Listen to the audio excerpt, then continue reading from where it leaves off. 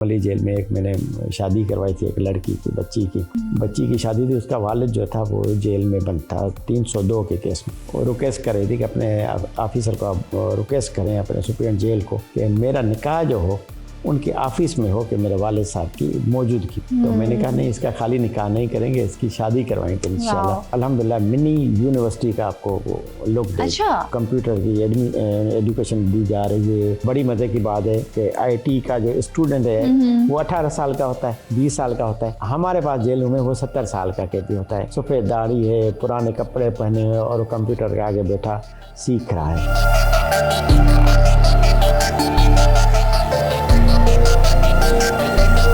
अस्सलाम वालेकुम, मुझे कहते हैं जी फ़ाइज़ा कुरैशी और मैं आज एक नए प्रोग्राम के साथ नए गेस्ट के साथ आपके सामने हाज़िर हूँ। DIG जेल खाना जात कराची रीजन की हैसियत से मोहम्मद हसन सहतो का नाम किसी भी तारुफ का मोहताज नहीं। कराची की जेलों में इस्लाहात के लिए पेश रहते हैं। आपकी नेकनामी के किस्से ज़ुबान ज़दे हर ख़ास आम में हैं। तमाम हलकों में आपको पसंदीदगी की निगाह से देखा जाता है। हमारे प्रोग्राम आज बैठक में हमने इन्हें मदऊ किया है। आइए इनसे गुफ्तगू का आगाज़ करते हैं। अस्सलाम वालेकुम सर। वालेकुम सलाम। कैसे हैं आप? अल्हम्दुलिल्लाह। अच्छा, किसी पुलिस ऑफिसर से किसी DIG से ये पूछना कि कैसे हैं आप, तो आपका दिल करता है कभी कभी कि आप बिल्कुल साफ साफ बता दें कि आप कैसे हैं? नहीं, अल्हम्दुलिल्लाह ठीक है। ये क्या, बस इंसान के खुद खुश रहने का तरीका आता हो। जी तो फिर नहीं, ये तो जो हम आपकी फील्ड है ना, ये तो ट्रामा है ना, तो वो खुश तो इंसान बिल्कुल हर हालत में रहना चाहिए। लेकिन हम ऐसी एक लाइटर नोट पे अगर कहें तो हमेशा आप लोग एक ट्रामा में रहते हैं ना, एक इमरजेंसी सिचुएशन में रहते हैं कि किसी भी वक्त कुछ भी है। नहीं, काम करना आता हो तो फिर ये सिचुएशन नहीं होती। चलिए, अच्छा लगा आपसे ये बात सुनना, ये जवाब सुनना। बिल्कुल सर, कुछ अपने इब्तदाई हालात के बारे में बताइए। कहाँ आपने तालीम हासिल की, कौन से शहर से आपका ताल्लुक़ है? मोहम्मद हसन सहतो, बाइकास सहतो। जी। मोहम्मद हसन मेरा नाम है। मेरा गांव छोटा सा है, डिस्ट्रिक्ट नौशर फिरोज, कोटड़ी कबीर मेरा एक तालुका है हमारा। जी। उसके साथ ही एक छोटा सा शहर है, स्टाफ है कोटड़ी कबीर। उसके साथ ही एक गांव है छोटा सा सावन सहतो। सावन सहतो। अच्छा। वहाँ मैंने इब्तदाई तालीम प्राइमरी 5 क्लास वहाँ पढ़े। अच्छा। फिर वो आगे एक 8 क्लास तक बहारोमुल्ला। फिर एक खानवहान यूनियन काउंसिल है हमारी, खानवहान हाई स्कूल वहाँ पे। फिर Kandiaro college degree, government degree college Kandiaro. फिर लतीफ़ यूनिवर्सिटी। फिर नौकरी, जॉब 1991 में मैं जॉब में आया। अच्छा। When my age was 21 year. अच्छा, ओके। तो 21 ईयर के बाद इस रिदम में पड़े हैं कि जेल की नौकरी, जेल कैदी, कोर्ट कचहरी। अच्छा, सावन सहतो आपके गांव का नाम आपने बताया, तो क्या वहाँ सावन का मौसम रहता है?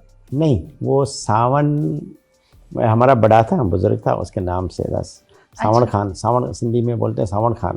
अच्छा। तो हमारा जो बुजुर्ग था उसके नाम पे है। सही, ठीक है।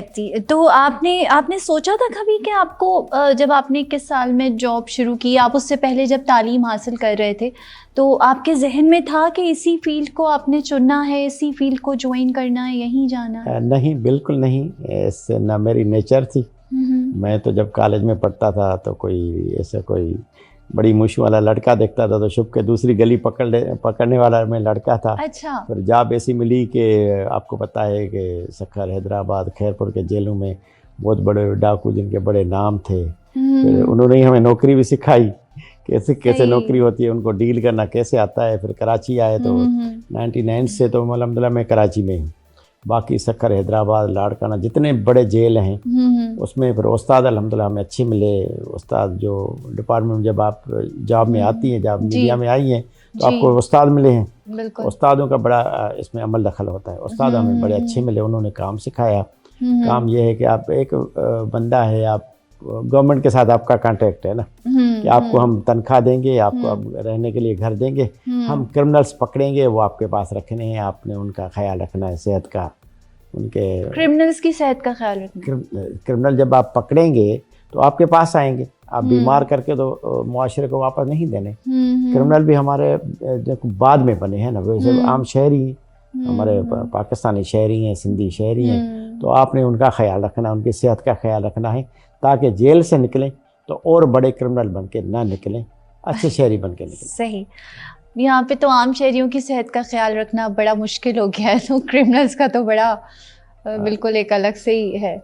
आप मतलब मैं आपसे पूछना ये चाह रही हूँ कि जब आपने ये फील्ड ज्वाइन की तो आपके जहन में नहीं था, तो फिर कैसे इत्तेफाक हुआ कि आप इस फील्ड में इत्तेफाक यही जैसे जॉब मिल जाती है, हमें भी जॉब अच्छा ऐसे ही इत्तेफाक जॉब मिली कि ये कोई प्रिजन की भी जॉब है, इसमें अप्लाई करो। मैंने अप्लाई की 1991 में और मुझे मिल गई। जब मिल गई तो बाद में पता चला कि ये तो बड़ा मुश्किल काम है, फिर मुश्किल आसान होती गई अल्हम्दुलिल्लाह। वो असल में जेल की जॉब ऐसी है ना जैसे ईदी सेंटर है, आपने खिदमत करनी है लोगों की। आप उसको जाए नहीं ना कि ये बेगुनाह है, चलो गुनाहगार भी है, फिर भी इंसान है। फिर जब वो क्राइम करता है, बंदा मारता है, डकैती करता है और वो फिर पकड़ा जाता है तो उसकी कैफियत अपनी होती है ना। फिर उसको पिंजरे में बंद करना होता है। पिंजरे में बंद करने से सबसे पहले वो जो भी आप जानवर को बंद करेंगी, पंछी को बंद करेंगे, बर्ड को बंद करेंगे, उसको गुस्सा आएगा। पहले तो अपने सर मारता है पिंजरे के साथ, वो गंजा हो जाता है, पानी नहीं पीता, खाना नहीं खाता। तो पहले आपने उसको कूल करना है कि भाई ऐसी बात नहीं है, पिंजरा आपके तोड़ने से नहीं टूटेगा। तो जब उसको यकीन आ जाता है कि पिंजरा टूटने वाला नहीं, फिर पानी भी पीता है और तीतर होता है, बोलियां भी बोलता है और आपके इशारे पे भी चलता है। तो ऐसे ही है। तो आपको साइकोलॉजिकली उसको जो है वो डील करना पड़ता है। जी जी बिल्कुल सही। तो ये बड़ा एक मुश्किल काम होता है, मतलब आपको सख्त होने के साथ साथ अपने आप को एक बहुत हम्बल भी रखना है एक ही टाइम में, ऐसा ही है? एक ही टाइम में दोनों काम करने हैं। सख्त आप नहीं रखेंगे तो वो क्रिमिनल्स हैं, आपको चलने नहीं देंगे। उनको पता हो सिर्फ कि आप सख्त हैं, बाकी उनको उससे ज़्यादा पता हो कि आप उनके ऊपर काइंड है। अच्छा अच्छा, कभी घर वालों ने कोई ऑब्जेक्शन नहीं किया? अम्मा ने नहीं कहा कि नहीं नहीं तुम पुलिस में नहीं जाओगे? और वो तो अम्मा ने पहले तो नहीं कहा, फिर बाद में तो मेरी अम्मा बेचारी रोई भी है, क्योंकि मेरी अगर हिस्ट्री में बताऊंगा तो मेरी 35 ईयर्स सर्विस हो गई है। जी। और आपको मैंने बताया कि ये जो पंछी जानवर जिसको आप बंद करते हैं वो गुस्सा भी करते हैं। हाँ। गुस्सा करने का फिर ये होता है, फिर हमारे जैसे पुलिस जो आर्मी है उनकी शोहदा की लिस्ट है, तो हमारे भी शोहदा की लिस्ट है। जी। उसमें मैंने कई इंटरव्यू में बताया, आज आपको भी बता रहा हूँ कि वो इस दुश्मनी में मेरा भाई शहीद हो चुका है। 34 ईयर उसकी एज थी। वो क्रिमिनल्स ने जाके उसको शहीद कर दिया। 7वें दिन मेरे वाले साहब का इंतकाल हो गया, उसी शाख में हो गया, उसी सदमे में 7वें दिन। मतलब एक घर से 35 ईयर्स मेरी भाई की एज थी, 48 ईयर मेरे वाले साहब की एज थी। 2 जवान लाशें एक ही इसी नौकरी की वजह से, सर्विस की वजह से मेरे घर से निकली हैं। लेकिन मैंने उस चीज़ का इंतकाम नहीं लिया कैदियों से, उल्टा मैंने कोशिश की कि इनको मैं अच्छा इंसान बना दूँ और अच्छा शहरी बना के मुआशरे को, क्योंकि मुआशरे की जिम्मेदारी भी है। हम मुसलमान हैं, हम तो अपना वो गुस्सा निकालने तो ये मुनासिब बात नहीं है। मुआशरे की जिम्मेदारी आपके ऊपर, आप जहाँ बैठी हैं आपके ऊपर भी जिम्मेदारी है। जी बिल्कुल। तो मेरे ऊपर भी जिम्मेदारी है, पुलिस अफसर के ऊपर भी जिम्मेदारी है, डॉक्टर के ऊपर भी जिम्मेदारी है। तो वो ही समझ के मैंने अपनी जिम्मेदारी निभाई है। तो आपने देखा आजकल मैं 99 से तकरीबन मैं कराची जेल पे हूँ, और कराची जेल पे मैं सुप्रीडेंट जेल बना, मेरा प्रमोशन हुआ मलिर जेल में। आपने वो भी वीडियो देखी होंगी कि मलिर जेल में एक मैंने शादी करवाई थी, एक लड़की की, बच्ची की शादी थी। उसका वालिद जो था वो जेल में बंद था 302 के केस में। अच्छा। तो वो जब मुलाकात पे आ रही थी कि मेरे पुलिस वाले को रिक्वेस्ट कर रही थी कि अपने ऑफिसर को आप रिक्वेस्ट करें, अपने सुप्रीडेंट जेल को, कि मेरा निकाह जो हो उनकी ऑफिस में हो, कि मेरे वालिद साहब की मौजूदगी में। तो मैंने कहा नहीं, इसका खाली निकाह नहीं करेंगे, इसकी शादी करवाएंगे इंशाल्लाह। वो शादी पूरी मीडिया ने देखा, अभी कभी देख लीजिएगा, अल्हम्दुलिल्लाह वो हिट गई। उसको हमने तोहफे तवाफ़ भी दिए, उसकी वालदा को तोहफे तवाफ़, उसके भाइयों को, उसके वालिद साहब को, खुद को, दुल्हे को। मैंने कहा था आप सिर्फ ये दुआ करना कि मेरे बेटियों के नसीब अच्छे हो। आमीन आमीन। बिल्कुल जी, आप तो मतलब एक होता है ना कि हम लोग की सोच बड़ी डिफरेंट हो गई है इस मुल्क में रहते हुए, क्या करें, हो गया है बिल्कुल, कुछ चीज़ें ऐसी हैं। तो आप जो है वो एक तरह से बड़ा एक अच्छा पॉजिटिव चीज़ें बता रहे हैं, जो कि सुन के बहुत अच्छा लग रहा है। क्या सर आपका DIG कराची रीजन की हैसियत से क्या क्या जिम्मेदारियां हैं आपके ऊपर? मेरी जिम्मेदारी, मेरी रीजन में 2 जेल आते हैं जी। हमारी सिंध के 23 जेल हैं। 23 जेलों में जो कैदी हैं वो 24,000 हैं। 23 23 जेल्स जो सिंध के हैं, कराची से लेकर जकवाबाद तक 23 जेल हैं, उसमें 24,000 कैदी हैं। अच्छा। 24,000 में से 12,000 जो कैदी हैं वो इन 2 जेलों में हैं, कराची सेंट्रल जेल और मलिर जेल में। तो मैं सुपरविजन ऑफिसर हूँ इनका, DIG हूँ, तो जेल सुप्रीन आल एंड ऑल वहाँ इंचार्ज होता है, जिम्मेदारी होती है, लेकिन वो पॉलिसी हमसे लेता है। हम चेक बैलेंस हम रखते हैं उसके ऊपर और विजिट करते हैं कैदियों के मसले क्योंकि हमने कैदियों के मसले भी सुने एज ए DIG और स्टाफ के मसले भी सुने। उन दोनों के बीच में हमने फैसले करने होते हैं कि कहीं किसी कैदी से नाइंसाफ़ी ना हो जाए, कहीं किसी स्टाफ से नाइंसाफ़ी हो जाए, हम उसमें सुपरवाइजर ऑफिसर होते हैं। सही। तो कभी कोई ऐसी चीज़ आपके सामने आई हो जो बिल्कुल अनयूजुअल है और आपको उसको डील करना भी बड़ा मुश्किल हो गया हो? वैसे तो ऑब्वियसली ये इस तरह का शोबा है या इस तरह की दुनिया है जहाँ पे रोज़ाना ही आप एक इंसिडेंट आपको मिलता होगा, लेकिन कोई ऐसी चीज़ जो आपको याद रह गई हो, कोई ऐसा वाक़या? मैडम देखें, ये कराची सेंट्रल जेल पे DIG तो मैं अब हूँ। जी। मैं असिस्टेंट सुप्रीम अपॉइंट हुआ था 1991 से, उसको 35 इयर्स गुजर चुके हैं। बीच में बहुत सारे ऐसे मसाइल झगड़े होते हैं, राइट्स होते हैं। खैरपुर सेंट्रल जेल पे एक राइट हुआ था, बहुत बड़ा हंगामा हुआ था। अल्हम्दुलिल्लाह वो मैं एक मेरे साथ सिपाही खड़ा था, बाकी सारे मतलब खौफ से भाग गए थे। अच्छा। हम 2 बंदे खड़े होकर उन कैदियों को हमने समझाया, जो हमें डंडे मारने आ रहे थे, हमने उनको समझाया कि भाई हम आपके बड़े हैं, हम नहीं आपका ख्याल रखने वाले हैं। अल्हम्दुलिल्लाह वो हमने उनको ठंडा कर दिया, कूल कर दिया और हमारी कामयाबी हुई। तो ऐसे तो बहुत सारे मसले हैं, बीमार होते हैं लोग। अभी मेरे पास एक बंदा आया कोई 22 सालों के बाद ना, तो उसने मुझे कहा कि सर, किसी और दोस्त ने कहा आप सेतो साहब के जेल में रहे हो? उसने कहा नहीं। मैंने कहा तुम्हारा नाम क्या है? मुझे थोड़ा सा याद आ रहा था। उसने कहा मेरा नाम ये है। मैंने कहा देखो, आपके साथ एक पूरी रात मेरी नींद खराब हुई थी। बोला सर कैसे? मैंने कहा नवाबशाह जेल में आप बीमार हुए थे, आपको मैं हॉस्पिटल लेकर गया था और पूरी रात में उधर बैठा रहा, आपके पेट में दर्द था, तो आपको इंजेक्शन करवाई, ड्रिप चढ़वा दी। उसने कहा सर बिल्कुल मुझे याद है, वो आप थे? मैंने बोला वो मैं ही था, पूरी रात मेरी नींद खराब हुई थी, आपको ठीक करवा के सुबह को मैं वापस जेल पे लाया था। तो ये ऐसी चीज़ें तो हैं। सही। अच्छा, पूरी दुनिया में कॉन्सेप्ट है कि जेल जो होते हैं वो इस्लाह खाने होते हैं और सिखाया जाता है, वहाँ पर तरबियत भी की जाती है। तो हमारे यहाँ क्या मामलात हैं इस बारे में और आपने क्या किरदार अदा किया है? जी बिल्कुल ऐसे ही होता है, लेकिन हमारे जेल पास्ट में ठीक नहीं थे।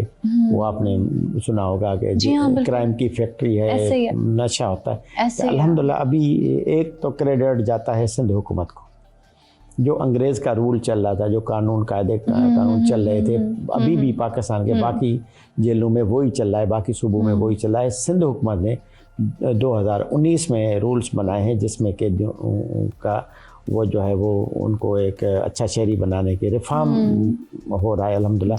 कराची सेंट्रल जेल तो आप कभी विज़िट भी करेंगी तो अल्हम्दुलिल्लाह मिनी यूनिवर्सिटी का आपको वो लुक दे। अच्छा। मिनी यूनिवर्सिटी का। बाकी सक्खर, हैदराबाद, खैरपुर में वो कंप्यूटर की एजुकेशन दी जा रही है। वो अच्छा बड़ी मज़े की बात है कि IT का जो स्टूडेंट है वो 18 साल का होता है, 20 साल का होता है। हमारे पास जेलों में वो 70 साल का कैदी होता है, सफ़ेद दाढ़ी है, पुराने कपड़े पहने हुए और कंप्यूटर के आगे बैठा सीख रहा है।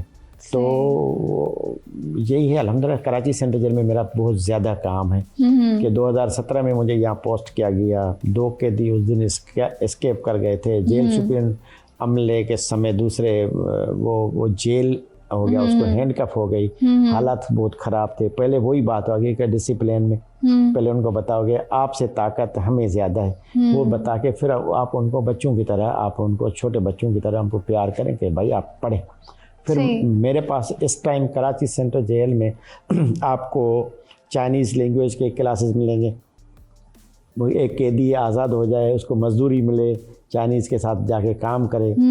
अरेबिक अगर वो दुबई चला जाए, सऊदीया चला जाए मजदूरी करने का, ज़ाहिर है वो अनपढ़ा है, उसके उतनी तालीम है, तो वो तो ये मजदूरी जाके करेगा, तो उसको आसानी हो। एक कैदी जो अपना क्राइम में जेल काटने आया है, वो यहाँ से इंग्लिश सीख के चला जाए और अरेबिक सीख के बाहर जाए, तो और चाइनीज़ सीख के जाए, तो उसके लिए तो फ़ायदा हो। बिल्कुल फ़ायदा है। तो अच्छा, ये तो एक चीज़ है, मतलब अगर बच्चे हमारे यहाँ बहुत सारे अफसोस की बात है अनफॉर्चुनेटली कि हो जाते हैं, जेलों में चले जाते हैं, उनके साथ फिर किस तरह से, जैसे अगर वो पढ़ रहे हैं, उनकी पढ़ाई ऑब्वियसली वहाँ पे रुक गई है, तो उसके लिए फिर आप लोग क्या करते हैं? मैडम, बच्चा जेल हमारी पूरी सिंध में अलग है, कराची जेल में भी अलग है, विमेन जेल बच्चा जेल अलग है। तालीम हमारे पास उनकी प्राइमरी से लेकर हमारे जेलों में जो तालीम है, अल्लामा इकबाल ओपन यूनिवर्सिटी तक हम तालीम इनको दे रहे हैं। रजिस्ट्रेशन हमारी है उनका। बच्चा जेल, विमेन जेल आप कभी विजिट करेंगी तो आपको वो हॉस्टल का लुक देंगे।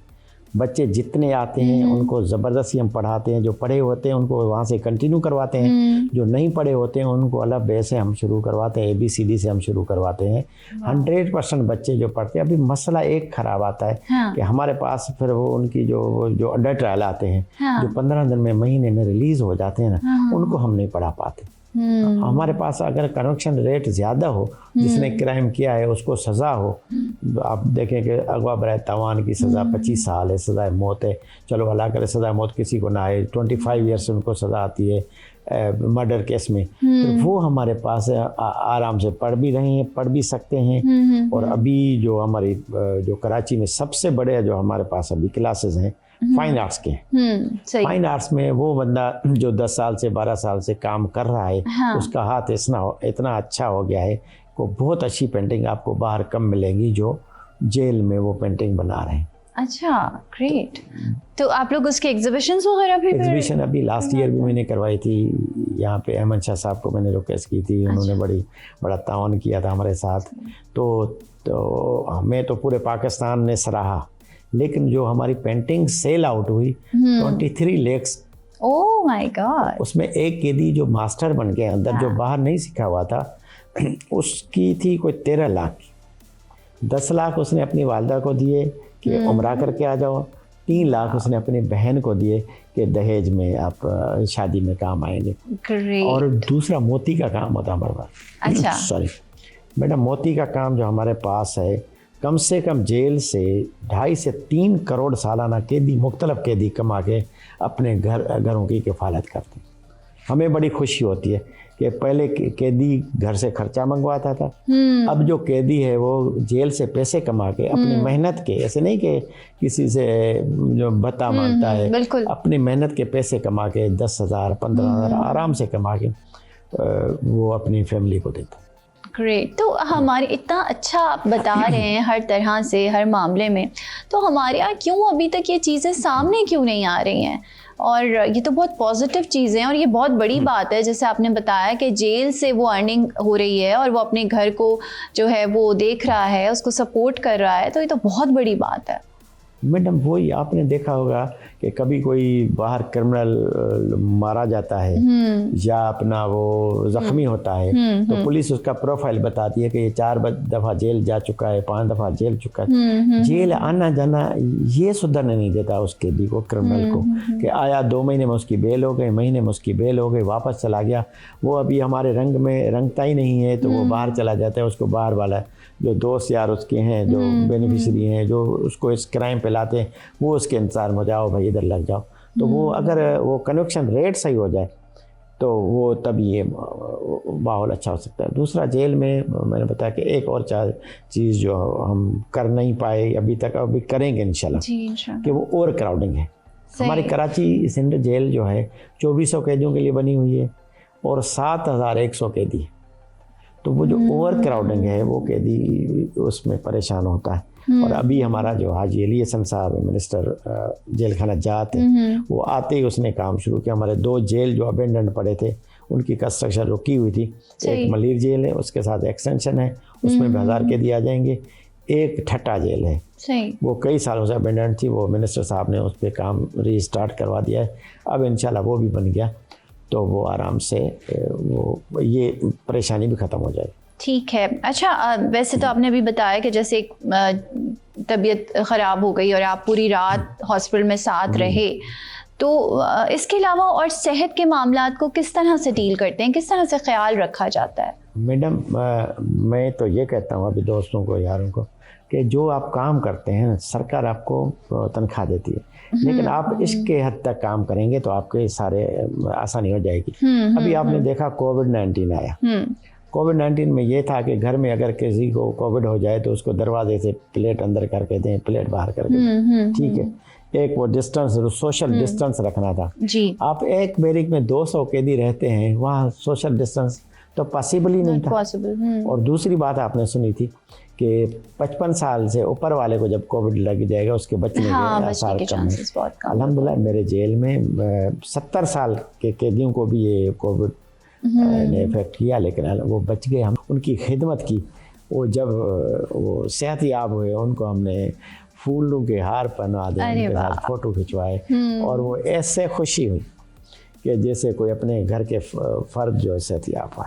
ज़बरदस्त। तो अच्छा, फैमिलीज़ आप एक्सेप्ट करती हैं?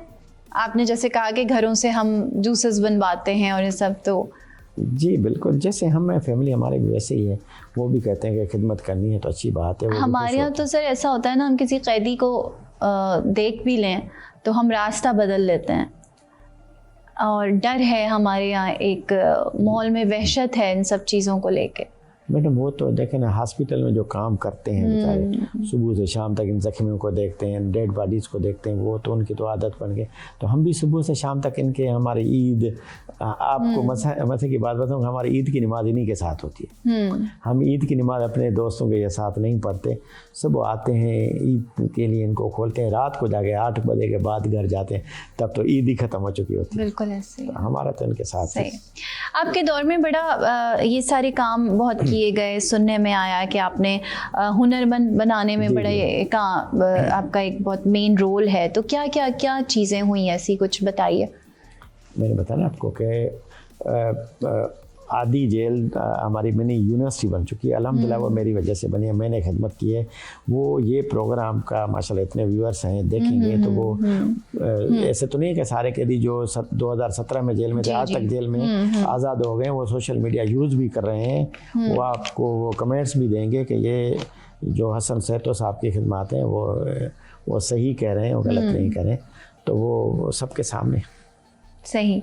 तो ख़वातीन के लिए अभी तो, बल्कि रिसेंटली मैं कुछ देख रही थी कि कुछ ब्यूटिशन के कोर्सेज भी हो रहे हैं, ग्रूमिंग के कोर्सेज भी हो रहे हैं, ये सारी चीज़ें भी शुरू हो गई हैं। वहाँ पे हमारी मैडम है शीबा शाह, वो DIG पर्सन भी है, जेल सुप्रीम भी है, हमारे IG काजी नज़ीर साहब हैं, वो उनका वो क्योंकि वो मेरी उसमें जुरिडिक्शन में नहीं है, वहाँ पर अच्छा काम हो रहा है। हर औरत जो है ना कोई काम कर रही है, और हर औरत जो है जेल का ये होता है कि फर्श पे सो। लेकिन वहाँ पे मैंने स्टार्टिंग में अर्ज़ की कि वो जुवेनाइल जेल, वुमेन जेल तो हॉस्टल की तरह है, सब औरतें अपना चारपाई पे हैं, सब लड़के चारपाई पे हैं। यहाँ एक सोसाइटी का एक मसला है जो हमारे साथ होता है जी। हम सोसाइटी को रिक्वेस्ट भी करते हैं कि आपका किसी ने कसूर किया है, आपको किसी ने डकैती मारी है, तो वो जेल आ गया, आप उसका पीछा छोड़ दें, तो वो अच्छा शहरी बन के बाहर निकले, फिर आपका उसने सामना करना है, आपने उसका सामना। अब यहाँ पे जो मुद्दई होते हैं, मुद्दई मुकदमा जो होते हैं, वो जेल को अप्रोच करते हैं, भाई इसको सज़ा दो, इसको जेल में तंग करो। मैं कहता हूँ यार मुझे बदकिस्मती, आपके हिसाब से बदकिस्मती, मेरी जॉब ही ऐसी है कि जिसने आपके साथ जुल्म किया, मैंने स्टार्टिंग में बताया कि मेरा भाई शहीद हो चुका है, उसमें गिरफ्तार हुए बंदे वो जेलों में रह रहे हैं, मेरे जेलों में रह रहे हैं, सिंध के किसी भी जेल में रह रहे हैं। तो मैं अगर आपके कोई पैसे खा कर गया है उसके ऊपर तशद्दुद करूं, तो मेरे भाई के मर्डर वाले के साथ मैं क्या करूं? सही। मेरे अभी आपको हैरत होगी कि एक बंदा कोई मेरा इंतज़ार कर रहा था बाहर, मुझे मारने के लिए 5 घंटे खड़ा था, उसने मुगालते में एक मेरे दोस्त को शहीद कर दिया, एक और अफसर को शहीद कर दिया 2010 में 9-10 में। तो अब वो मेरे जेल में, मैं जेल सुपियन जो जिसको कहते हैं बादशाह है जेल का, तो उसके साथ मैं क्या करूं? बाई गार्ड वो अभी आज़ाद है, बाहर सुन रहा है, अपने कमेंट्स में लिख सकता है कि उसको मैंने कोई सज़ा नहीं दी, वो वही 10-15 हज़ार जेल से कमा रहा था। सबसे पहले आप दुश्मन को क्या करते हैं? इकोनॉमी उसकी तबाह करते। उसको तो मैं काम से मना कर देता कि भूखे मरो। वो वही मोती का काम कर रहा था, वही क्लास अटेंड कर रहा था।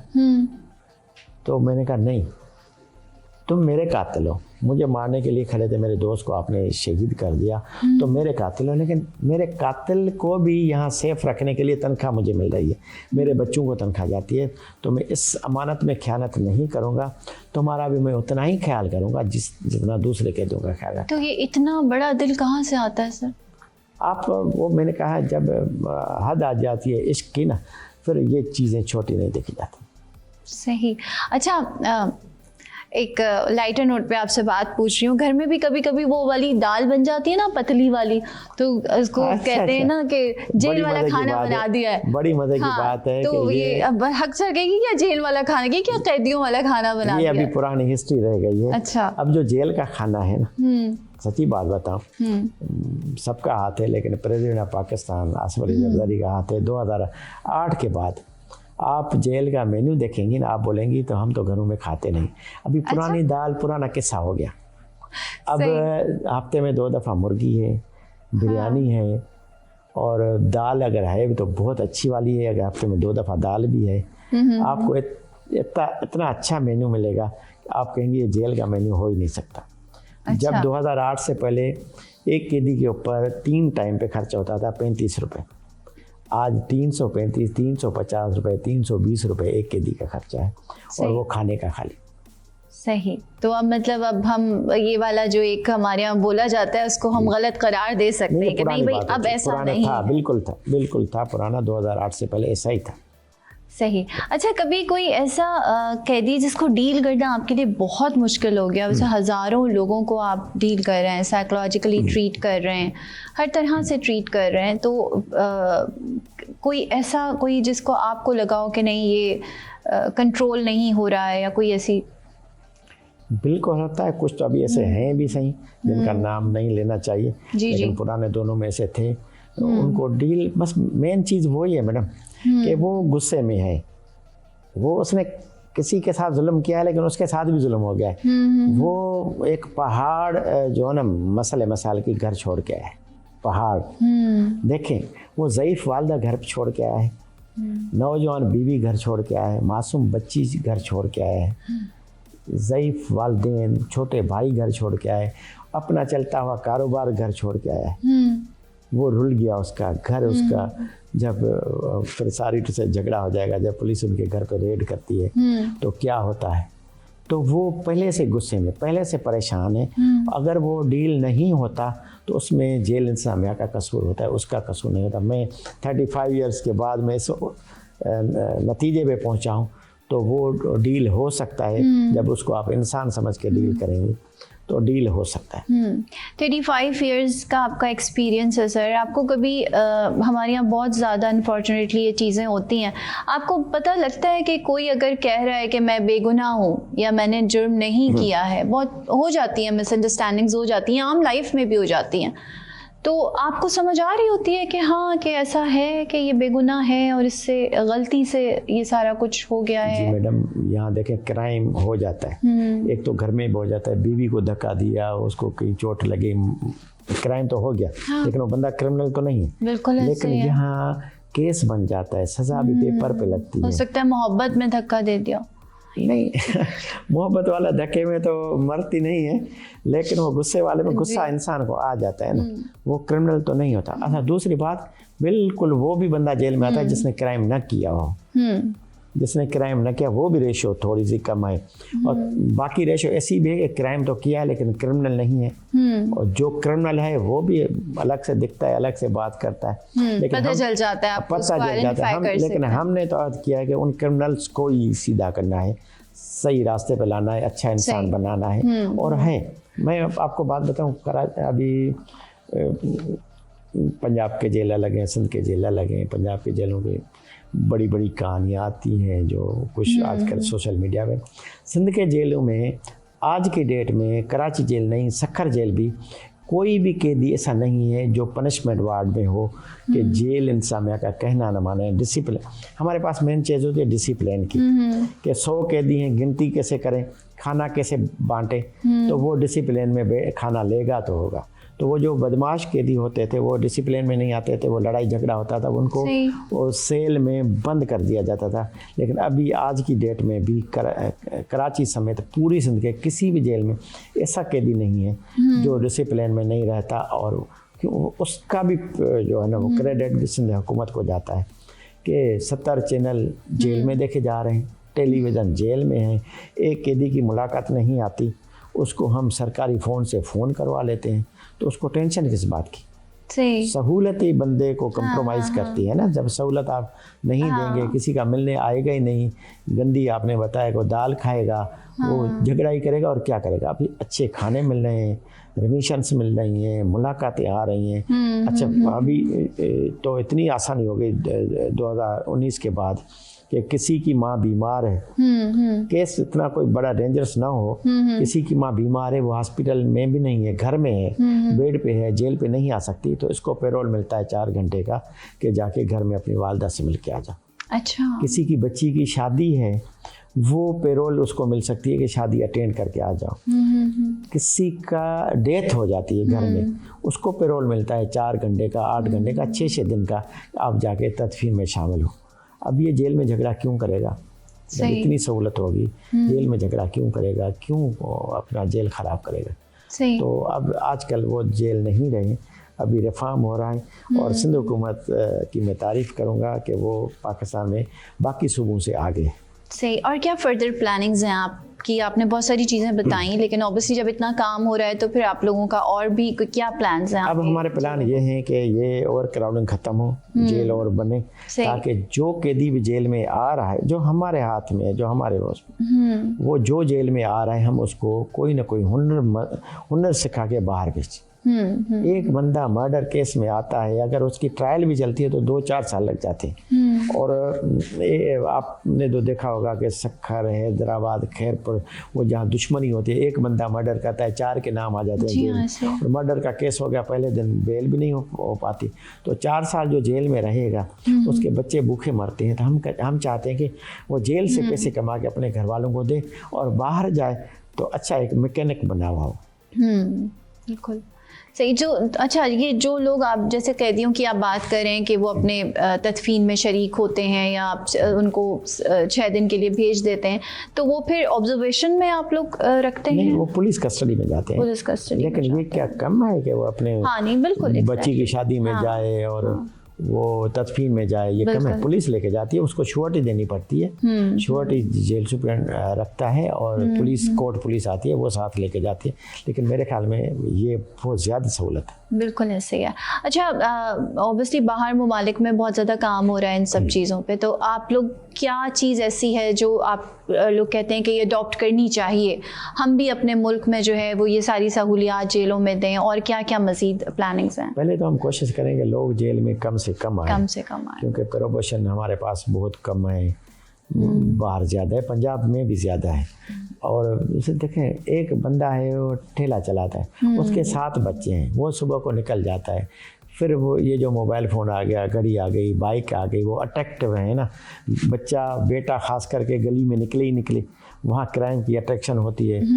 वो घर में खाने के लिए नहीं होता, बेचारा रक्शे वाला क्या कमाएगा 7 बच्चों के लिए? एक तो वो ये भी नॉलेज देनी चाहिए कि बच्चे कम पैदा करो, और उसके बाद फिर इनकी एजुकेशन घर में होनी चाहिए, मोहल्ले में होनी चाहिए, ताकि जब एजुकेटेड बंदा होगा, बच्चा होगा, उसको जॉब मिलेगी, जॉबलेस नहीं होगा, तो वो क्राइम नहीं करेगा। पहले तो क्राइम कम होना चाहिए, उसके बाद अनफॉर्चुनेट जो क्राइम हो जाते हैं तो उनको फिर यहाँ उनको एक एजुकेशन मिलनी चाहिए, उसको स्किल्ड बना के फिर घर को भेजना चाहिए। सही। क्या सोचते हैं आपके इस क्राइम की रोकथाम के लिए क्या करना चाहिए, जो कि दिन ब दिन, डे बाय डे जो है वो सारा इंक्रीज होता चला जा रहा है? क्राइम की रोकथाम सिर्फ इससे हो जाती है कि एक गवर्नमेंट को एजुकेशन हर बंदे को देनी चाहिए, फिर रोज़गार देना चाहिए। जब रोज़गार होगा तो वो बंदा जो क्लर्क होगा, जो चौकीदार होगा, वो जाके पिस्टल नहीं उठाएगा। सही। आपने इतना टाइम गुजारा है इस आप एक, अगर मैं आपसे एक कंक्लूजन पूछूं, क्या सीखा, क्या सिखाया, या क्या समझते हैं आपके किस चीज़ से बेहतरी आ जाएगी, या सबसे ज़्यादा अगर आप किसी जुर्म को देख रहे हैं बढ़ते हुए तो वो क्या है, वो क्या चीज़ है? ये कि माँ बाप अपने बच्चों का ख्याल रखे। अब ये देखा कि मैंने कहा कि तालीम होगी तो क्राइम नहीं होगा, लेकिन तालीम यहाँ कुछ रेशो इतना है कि बहुत हाई क्वालिफाइड बच्चे भी जेलों में पड़े हुए हैं, उनसे भी क्राइम हो गया। वो जब फैमिली बच्चों को अपने आप से दूर रखती है तो वो बच्चा बिगड़ जाता है। फैमिलीज़ को मैं आपके तवज्जो से रिक्वेस्ट करता हूँ कि अपने बच्चों का ख्याल रखें, अपने आप से दूर न करें उनको कि किसी और के हत्या चढ़ जाए। बच्चों से आप खुद दोस्ती करें, माँ बाप दोस्ती करें, किसी और दोस्त की उसको ज़रूरत ना पड़े। तो ये एक मेरा पैगाम भी है। और क्या आप ये समझते हैं कि मतलब बेरोज़गारी तो चले ठीक है, गुर्बत जो है वो एक मेन कॉज है? ये सबसे बड़ा काज है, सबसे गुर्बत ही तो सब कुछ करवाती है। तो ये वही मैंने अर्ज़ की ना, गुर्बत होगी तो वो बच्चा बाहर निकलेगा, दूसरे को मोबाइल हाथ में देखेगा, दूसरे को बाइक देखेगा, तो वो अट्रैक्टिव होगा। आप देखें फिर कहीं गलत जगह चला जाता है, क्राइम कर लेता है। मंशात आप देखें, कई वीडियोस में हमने देखी हैं कि हज़ारों लोग गलियों में बैठ के मंशात पीते हैं, फिर बेचते हैं लोग। तो ये बेरोज़गारी और गुर्बत ये तो है। अच्छा सर, आप इतने काइंड हैं, इतने हम्बल हैं, ख्याल भी रखते हैं, रात रात भर कैदियों के साथ हॉस्पिटल में भी आपने गुजारा है सब कुछ। ऑब्वियसली फांसी के बहुत सारी कैदी होते होंगे, तो क्या उस वक्त सिचुएशन होती है और उसको किस तरह से डील करते हैं, या किस तरह से मेक श्योर करते हैं कि ये कैदी इसका एंड यही है, या कहीं पे भी इसको रोका जा सकता है, या इस फांसी की सज़ा को कम किया जा सकता है या ख़त्म किया जा सकता है? Thank you. एक तो मेरी खुशनसीबी ऐसे है कि आज तक जब से मैं सुप्रीडेंट जेल बना हूँ, मेरे जेल में किसी को फांसी नहीं आई। अच्छा। फांसी के आर्डर्स तो मिले हैं, जो फांसी अभी भी 119 कैदी मेरे पास फांसी के हैं, लेकिन किसी को हैंग नहीं हुई मेरे सामने, मेरे सुपरिटेंडेंटशिप में हैंग नहीं हुई। बाकी हम कोशिश करते हैं कि जो कैदी जेल में है उसका कंप्रोमाइज़ हो जाए। मैं खैरपुर में नौकरी कर रहा था, तो 5 जो मर्डर के फैसले थे वो मैंने खुद करवा दे। वो कैदी ने मुझे रिक्वेस्ट की, सर वो जो मुद्दई हैं वो आपके जानने वाले हैं, आप हमारा फ़ैसला करवा दें। मैं उनको बुला के उसके ज़मींदार के पास में चला गया, उनका जो वडेरा था उनके पास में चला गया कि ये देखो आगे और खून खराबा ना हो तो फैसला हो जाए। वो आपस में दोनों बैठे, मैं फैसला करने वाला नहीं था, मैंने रजामंद उनको किया कि उनके आपस में एक फ़ैसला कंप्रोमाइज़ हो गया, फ़ैसला हो गया। जो जुर्माने हुए होंगे, मेरे ख्याल में उसमें जुर्माना भी नहीं हुआ था, माफ़ी हुई थी खाली। उस 5 मर्डर में सिर्फ माफ़ी हुई थी, कोई जुर्माना नहीं हुआ था। और वो आज वो बंदे दोनों तरफ के अपने गांव में रह रहे हैं, खुशी रह रहे हैं। तो ये भी हम कोशिश करते हैं। सही, ग्रेट, बहुत अच्छा। जब ये स्पेशली अगर मैं बात करूं इस तरह के कैदियों की, क्रिमिनल्स की, जिनको फांसी की सज़ा या बहुत कोई डेंजरस उसमें है वो, तो उस जब वो रिहा हो जाते हैं या सज़ा ख़त्म हो जाती है, या जैसे आपने कहा कि वो आपने उसको क्लोज़ करवा दिया केस, तो बाहर जाते हैं तो फिर वो एक ऑब्जर्वेशन होती है उनकी कुछ, या बिल्कुल छोड़ दिया जाता है? नहीं, उनका जब राजीनामा हो जाता है, दोस्ती हो जाती है, उनके कंप्रोमाइज़ हो जाता है। क्योंकि ये मैं बात करता हूँ खैरपुर सक्खर की, तो जब कंप्रोमाइज़ हो जाता है, अगर कोई पहल करेगा तो उसको पता है इसकी पहल का अंजाम क्या होगा। तो इसमें अच्छी बात है अगर वो किसी का राजीनामा हो जाता है, कंप्रोमाइज़ हो जाता है, माफ़ कर देते हैं। मैं बात करता हूँ माफ़ करने की, तो मैंने उनको माफ़ करवा दी, मैंने उनको माफ़ी दिलवाई मुद्दई पार्टी से। अच्छा सर, बहुत शर्म की बात है कि हमारे यहाँ रेप केसेस में बड़ा इजाफा हो रहा है, और बिल्कुल एक डर है, एक माहौल में एक जो है वो खौफ है बाहर निकलने में, चाहे वो रोज़ी कमाने जा रहे हों, पढ़ने जा रहे हों, मतलब किसी भी जगह, कोई भी फील्ड जो बहुत इज़्ज़त रिस्पेक्टेबल फील्ड है, वहाँ पे भी जो है वो महफूज नहीं है अब। तो क्या हो रहा है, और कितना आपके यहाँ एवरेज कितना बढ़ गया है जेलों में? मैडम ये भी देखें ना, गवर्नमेंट के शोल्डर पे बात जाती है। हमारी गवर्नमेंट, हमारी स्टेट, हमारी माँ है, वो हमें एडुकेट करे, हमारे अवाम को एडुकेट करे कि ये जो रेप है ये बुरी चीज़ है, ख़राब चीज़ है, ये तो तालीम होनी चाहिए ना बंदे। जब ये करके हमारे जेल में आ जाते हैं, मैंने पहले भी आपको अर्ज़ की स्टार्टिंग में कि जेल में आने के बाद मुद्दे ही हमारे पास आते हैं। मैं कहता हूँ उसने रेप किया है, उसने मर्डर किया है, उसने अभी आपने देखा होगा कि पहले भी ठट्टा से आई थी खबर, अभी भी कराची कहीं से आई कि डेड बॉडी से रेप करके। जी हाँ बिल्कुल। लेकिन आ गए तो मेरे ख्याल में वो जब छोटी बच्चों के साथ, एक पागल औरत के साथ, वो खुद मरीज़ होते हैं, जो रेप करने वाले खुद मरीज़ होते हैं, उनको भी ट्रीटमेंट की ज़रूरत होती है। तो हम उनकी जेल में हम ये ट्रीटमेंट ही करते हैं, हम उनको सज़ा नहीं देते कि आप रेप करके आओ। रेप एक क्राइम है, उसने क्राइम किया तब वो जेल में आया। शहर में चलते हुए बंदे को तो पुलिस नहीं कहती है आप अच्छे नहीं लगते हो आप जेल जाओ, जब तक वो क्राइम नहीं करता, और क्राइम की सज़ा जो है वो जेल है। वो जेल में आ गया तो मेरी जो ड्यूटीज़ है उसको इन्वेस्टिगेशन करना नहीं है, उसको सज़ा देना नहीं है, उसका ख्याल रखना है, सेहत का, एजुकेशन का, इज़्ज़त नफ्स का ख्याल रखो, उसका मैं ये करूँ। सही। ठीक है सर, बड़ा मेरा टाइम हमारे पास थोड़ा कम है, लेकिन फिर भी मैं आपसे पूछना चाहूँगी कि हमारे यहाँ पुलिस को लेके जो है वो एक सिक्योरिटी का एहसास नहीं हुआ है अब तक। क्या रीज़न है इसका, और आप क्या समझते हैं कि आगे वक्तों में क्या ये बेहतर हो सकता है? नहीं, बेहतर हो सकता है। आप देखें हमारे अभी पुलिस की आपने बात की तो आईजी पुलिस गुलाम नबी मेमन साहब है, बहुत पढ़े लिखे सुलझे हुए इंसान हैं, और वो भी जो बात करते हैं मैंने कई दफ़ा उसकी बात सुनी है। तो इस क्राइम को कुछ सोशल मीडिया ने भी ज़्यादा वो उछला हुआ है। वो तो जब बात करता है कहता है 2.5 करोड़ का शहर है, इतने थाने हैं, एक थाने में एक दिन में एक क्राइम होता है, मुश्किल एक में तो एक भी नहीं होता, लेकिन जो होता है वो इतना हाईलाइटेड होता है कि वो मैंने कहा ना जिम्मेदारी के साथ सोशल मीडिया पे जो बैठा हुआ है, इलेक्ट्रॉनिक मीडिया पे जो बैठा हुआ है, अगर जिम्मेदारी के साथ काम करेगा कि इस क्राइम का मैं और एक खौफ न फैलाऊँ तो वो अच्छा रहेगा। तो वो 2.5 करोड़ का शहर है, इसमें क्राइम लोग रहते हैं, पूरे पाकिस्तान के लोग रहते हैं, पूरे बहुत सारे तो इंटरनेशनल लोग भी आ जाते हैं इधर, जो हैं अफ़गानी कितने इधर। तो क्राइम तो होता है, और क्राइम को रोकना है गवर्नमेंट का काम है, स्टेट का काम है, और पुलिस का काम है। और जब वो गिरफ्तार किसी को करेंगे तो मेरे पास भेजेंगे, मैं उसका। सही, ठीक है सर। चलें, आप जैसे लोग अगर इंशाल्लाह काम कर रहे हैं तो हम इंतज़ार करेंगे उस वक्त का कि बेहतरी आए हमारे मुल्क में, हमारे शहर में। और सबसे ज़्यादा जो एक जान माल की इज्जत होती है, एक फ़र्द बाहर निकल रहा होता है तो उसको सिक्योरिटी जो है वो उसकी फ़र्स्ट प्रायोरिटी होती है। तो अल्लाह करे कि ऐसा वक्त हम देखें। बहुत शुक्रिया, बहुत अच्छा लगा आपसे बात करके। और जी इजाज़त चाहूँगी मैं आपसे, अगले प्रोग्राम तक के लिए अपना बहुत ख्याल रखिएगा। अल्लाह हाफ़िज़।